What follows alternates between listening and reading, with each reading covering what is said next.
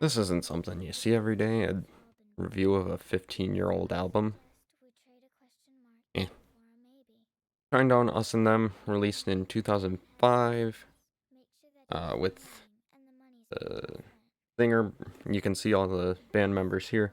Singer Brent Smith, Jason Todd on guitar. This is before Zach Myers, and then Brad Stewart on bass, and now it's um, Eric Bass, but then Barry Kirch is still on drums as he is in this album.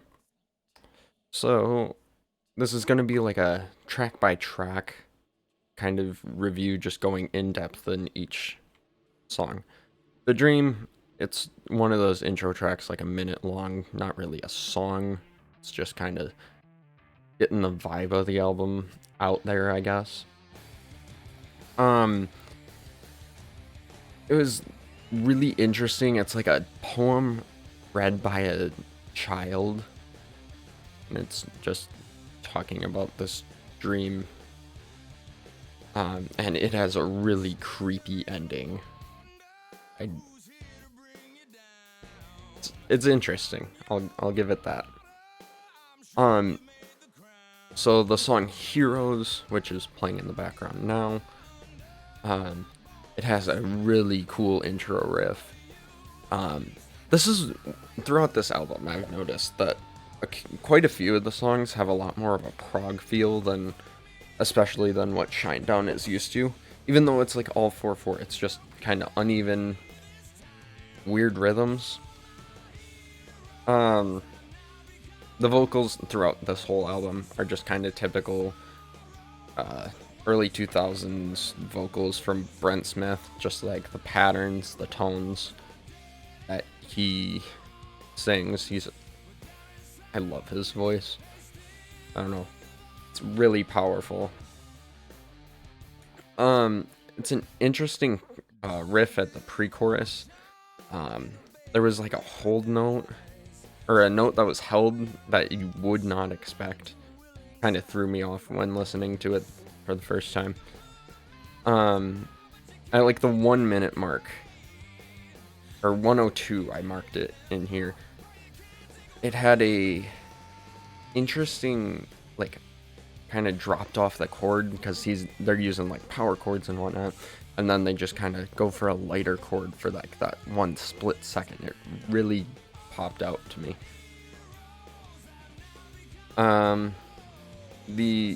After the chorus going into the second verse, it has a just a cutoff, and looking at the notes, it actually had like a 2/4 measure thrown in there, which you do not see in this genre of music.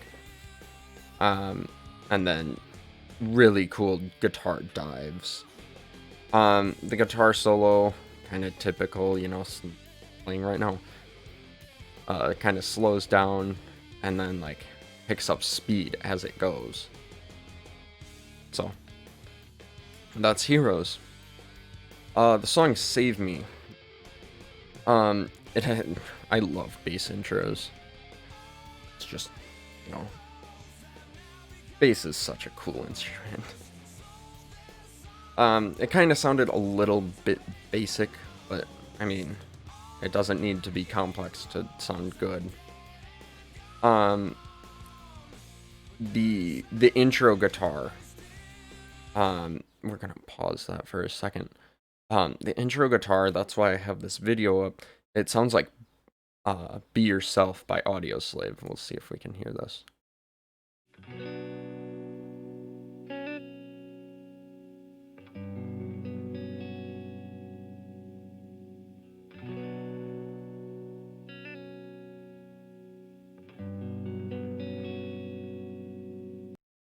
Just kind of reminded me of that.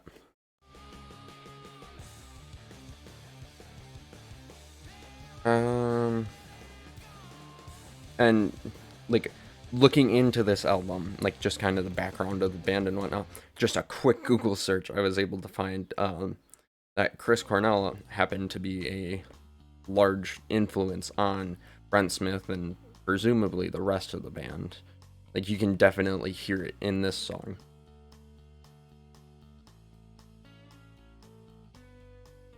Uh, the chorus is very heavy in vocals.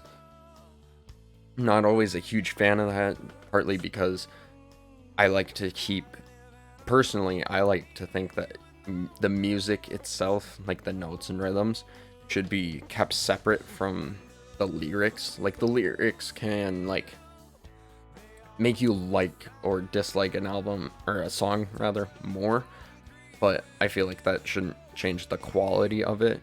And when you focus on that, it kind of takes away from that quality. Um, Here it's coming up. I like how Brent is like, please just save me. Kind of goes really high with that save. And then in the bridge of the song, the guitar seems almost like overpowering the vocals in the mix. Just, I didn't really care for it. Like, you could not hear anything else, really.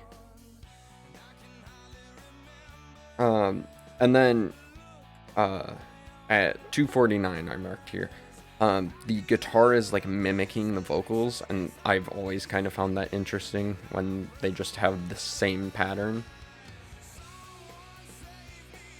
I Dare You, this is the only song that I truly knew coming into listening to this album. And that's a lot coming from a pretty big Shinedown fan myself.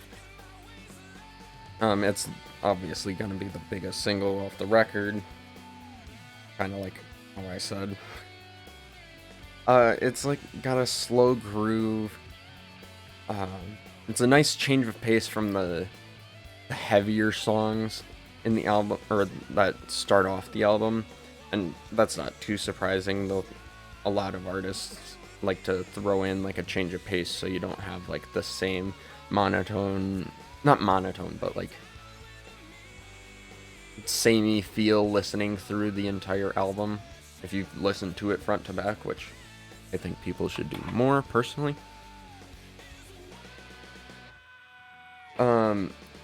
The guitar and drums, nothing special, nothing to write home about, for the verse at least. The pre-chorus drum beat is pretty cool. I like the effect that Brent put on to when he's singing, I dare you to... I can't sing, just a preface, I'm not good with singing, but when he says, I dare you to at the end of the chorus, it's kinda really cool effect. The solo, again, nothing special, not awe-inspiring. Overall, kind of a boring song when I'm like diving deep into it, but I mean, it's being the like #1 single from this album, it's still gonna hold a special place in my heart and a lot of other fans' hearts. And like I had said earlier, nothing needs to be complex to be good. Your Majesty. The muted notes in the guitar during the verse, I think it is. I really like how, like, a lot of guitarists during like verses will change it up with muted notes.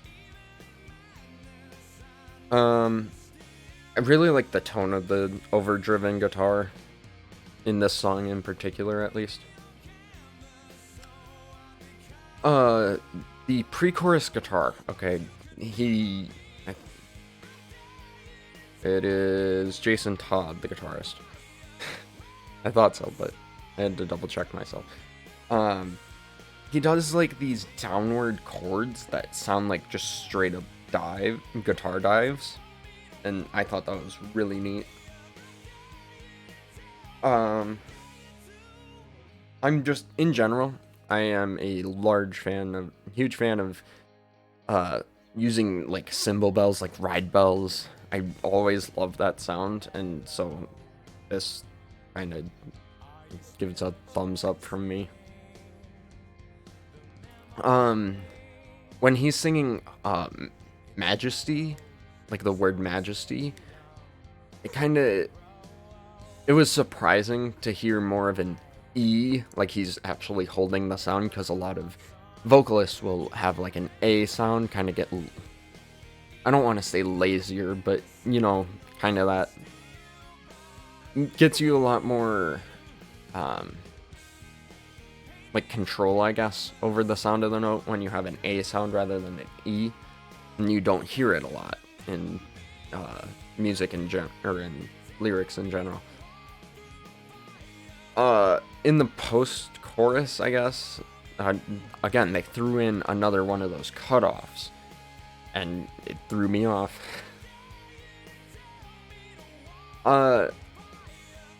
And then they threw in another one in the solo, and that was like the only really interesting part of the song. Or not the song, but the solo itself. Now we're on to Beyond the Sun. I was really surprised by just how soft Brent could have his vocals.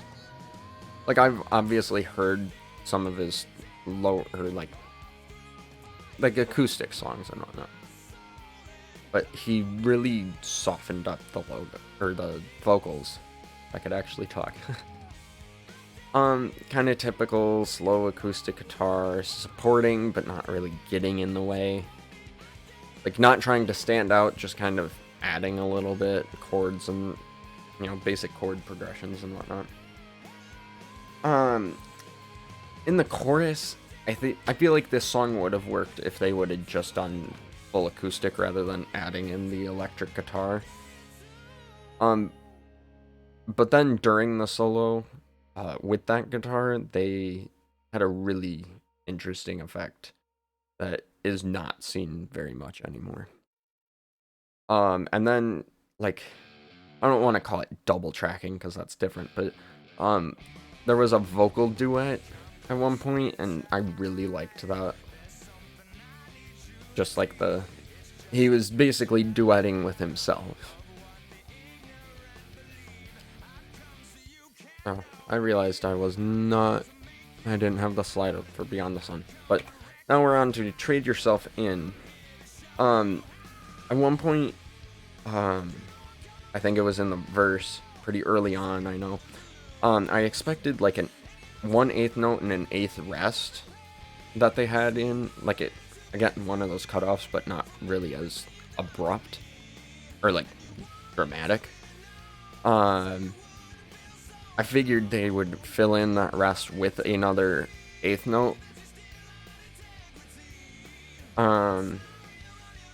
The song, again, like I said earlier, is another one of those that has like a prog feel to it.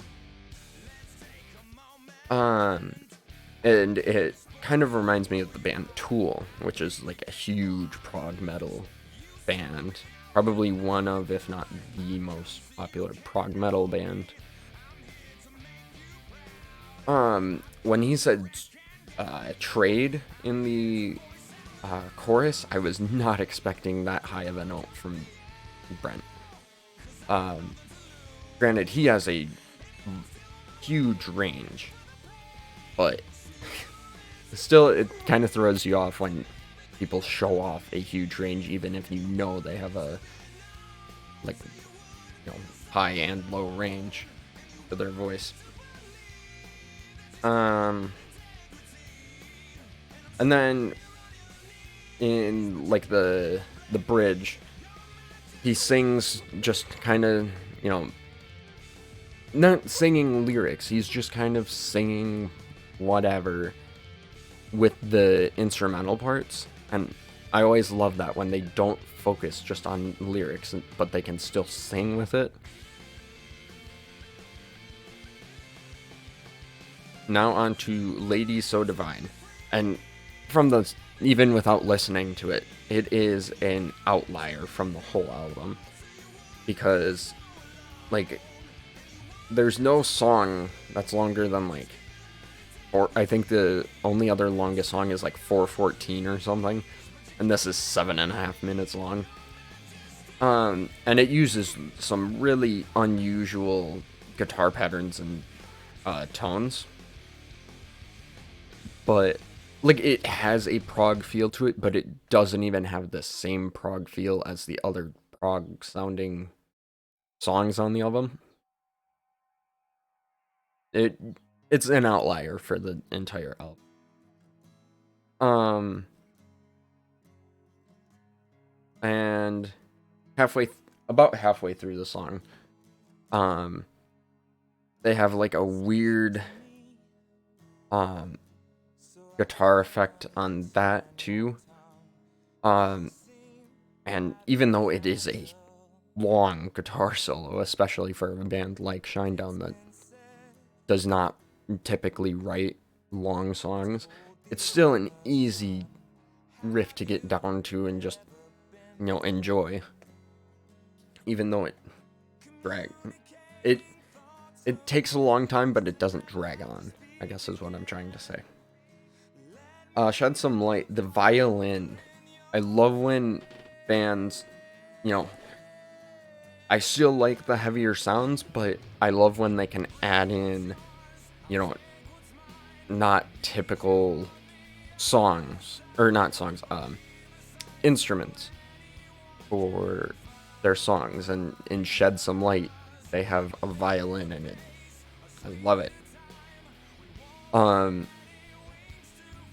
And then when he says, on me, like shed some light on me, it's a weird double tracking effect kind of thing, and I just thought that was interesting. And in this song too, Brent has a ridiculous voice range, and he really shows it off throughout this song, and both, hitting the low notes and hitting the high notes. And then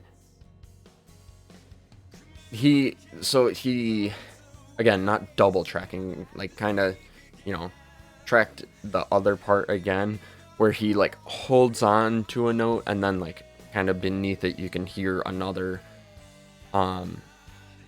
like, track of him singing, just continuing the verse, or the chorus rather.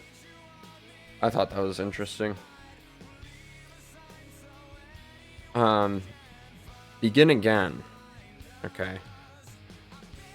Some of the, like, a lot of the song, or this album, especially in the beginning two songs, they have a lot of power chords just kind of driving ahead, but Begin Again has some of the hardest driving, or hardest hitting power chords on this entire album. And then there was a guitar effect that happened earlier in the album that Jason Todd, the guitarist, brought back at about 30 seconds. The drum groove. Okay. The drum groove that they use is like a very tom heavy kind of thing, and I really wish that more artists would do stuff like this. You can hear it in When Legends Rise. Just kind of that boom,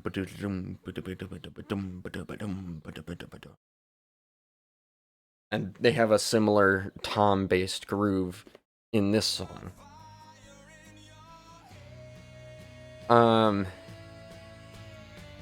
And then kind of that same pattern rhythm kind of thing continues into the pre-chorus, except instead of toms, it's cymbals, and I thought that was a really nice touch.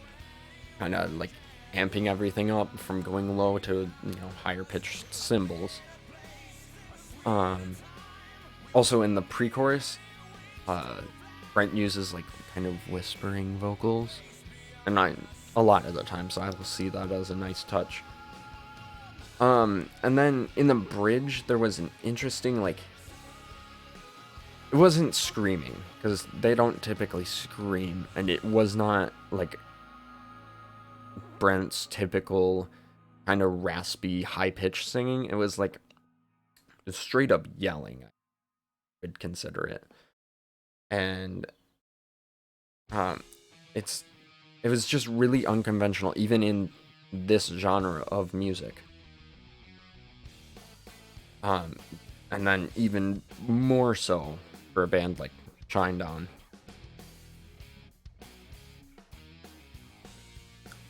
Atmosphere, another clip I'm gonna show you. Really nice beginning riff. The first vocals in the song really remind me of the song Holy Diver by Dio. Just kind of that. It just really reminded me of that. And that also kind of showed up in Heroes, but it wasn't as, you know, similar, I guess, to Holy Diver as Atmosphere did. Again, he Perch uses a cymbal bell, and like I said, he gets a huge thumbs up for me again.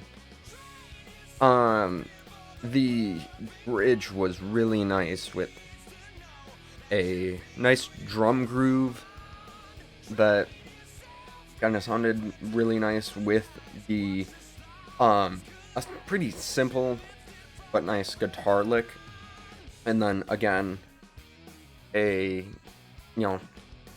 Brent's not really singing any lyrics, he's just kind of singing, and it goes really well with all of those parts in that bridge. Oops. Messing everything up now.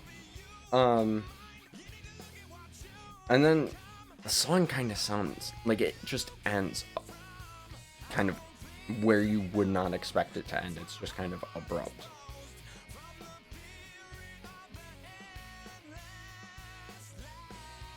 Okay, now we're on to Fake.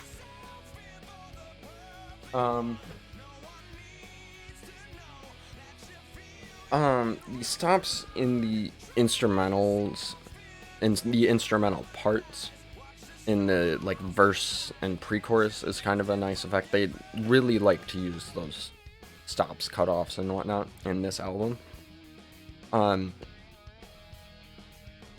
And this is mimicked in the like guitar part just throughout the song.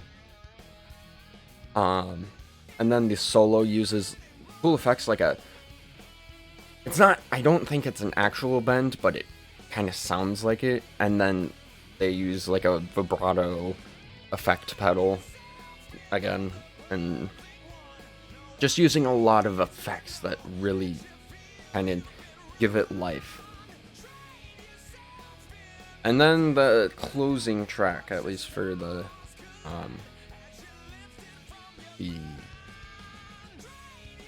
plain basic edition.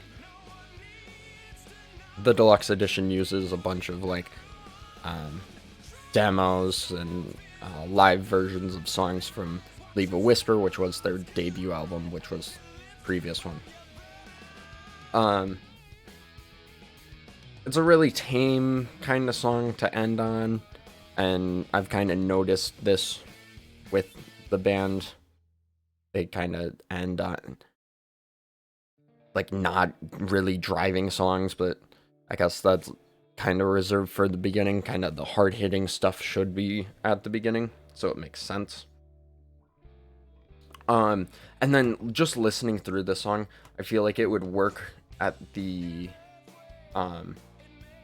in the parts of concerts where, like, you know, you get like 2/3 of the way through and everyone's kind of like, you know, they know it's gonna end at some point pretty soon, but you know, you get that kind of, you know, I don't know how to explain it, but like kind of that feel where everything's kind of slowing down and whatnot. So then, you know, you have the lighters and then the hand waving back and forth like every other beat, kind of the left, right, left with the beat of the song, and then like the waving arms, and they'll use the same thing with lighters or flashlights in this day and age, I guess. But yeah, I felt like that would really work with this song, kind of just the waving back and forth.